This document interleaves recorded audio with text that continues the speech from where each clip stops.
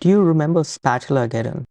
Late 2024, in the mainstream media, there was story after story after story about how black plastic utensils were leaching unhealthy amounts of plastic into your food, and you should just throw them all in the trash. Turns out that was a math error, an off by 10 error.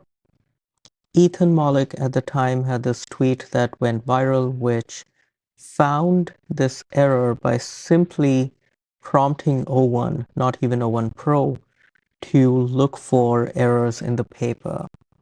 Nick Gibb, by the way, also did a similar thing, beat Mollick by a few days to it. It's just that Mollick has a much, much larger following. Now, this paper was peer-reviewed, but obviously peer review did not catch this math error. Soon afterwards, Steve Newman started what is now called the Black Spatula Project, and his motivation was, well, how do you do this at scale? How do you check publications, scientific publications, social science publications at scale and look for errors in those papers?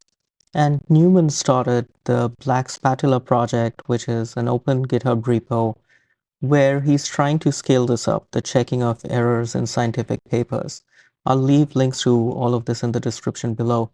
And the way this project works is pretty interesting. It just uses GitHub's mechanics of filing issues and GitHub Actions, where if you want to check a paper, you can go open a GitHub issue in this repo.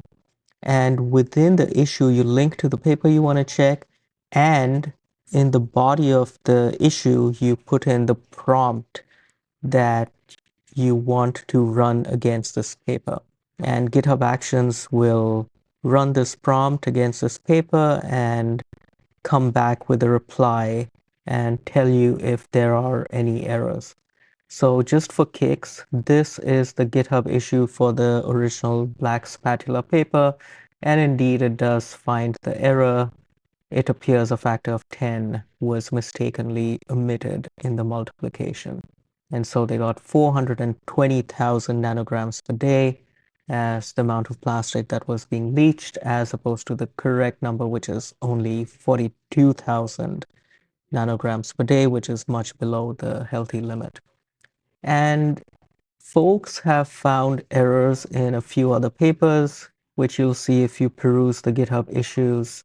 Here's one about digital detox and its effect on sleep quality.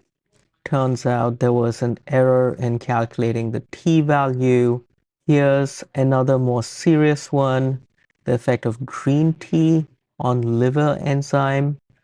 And this looks like a more serious error, which is that the reported mean deviation suggests an increase, which contradicts the calculated decrease. So I haven't looked at this closely, but it looks like this completely contradicts the headline finding of the paper.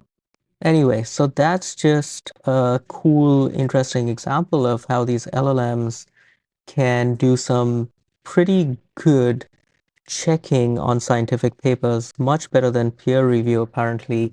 Steve Newman is trying to scale this project up. The initial setup is pretty simple, but turns out if you want to do this at scale, there are some non-trivial problems you have to deal with, and he's written a bunch of Substacks about it. Again, I'll leave links to all of this below. All right, thanks.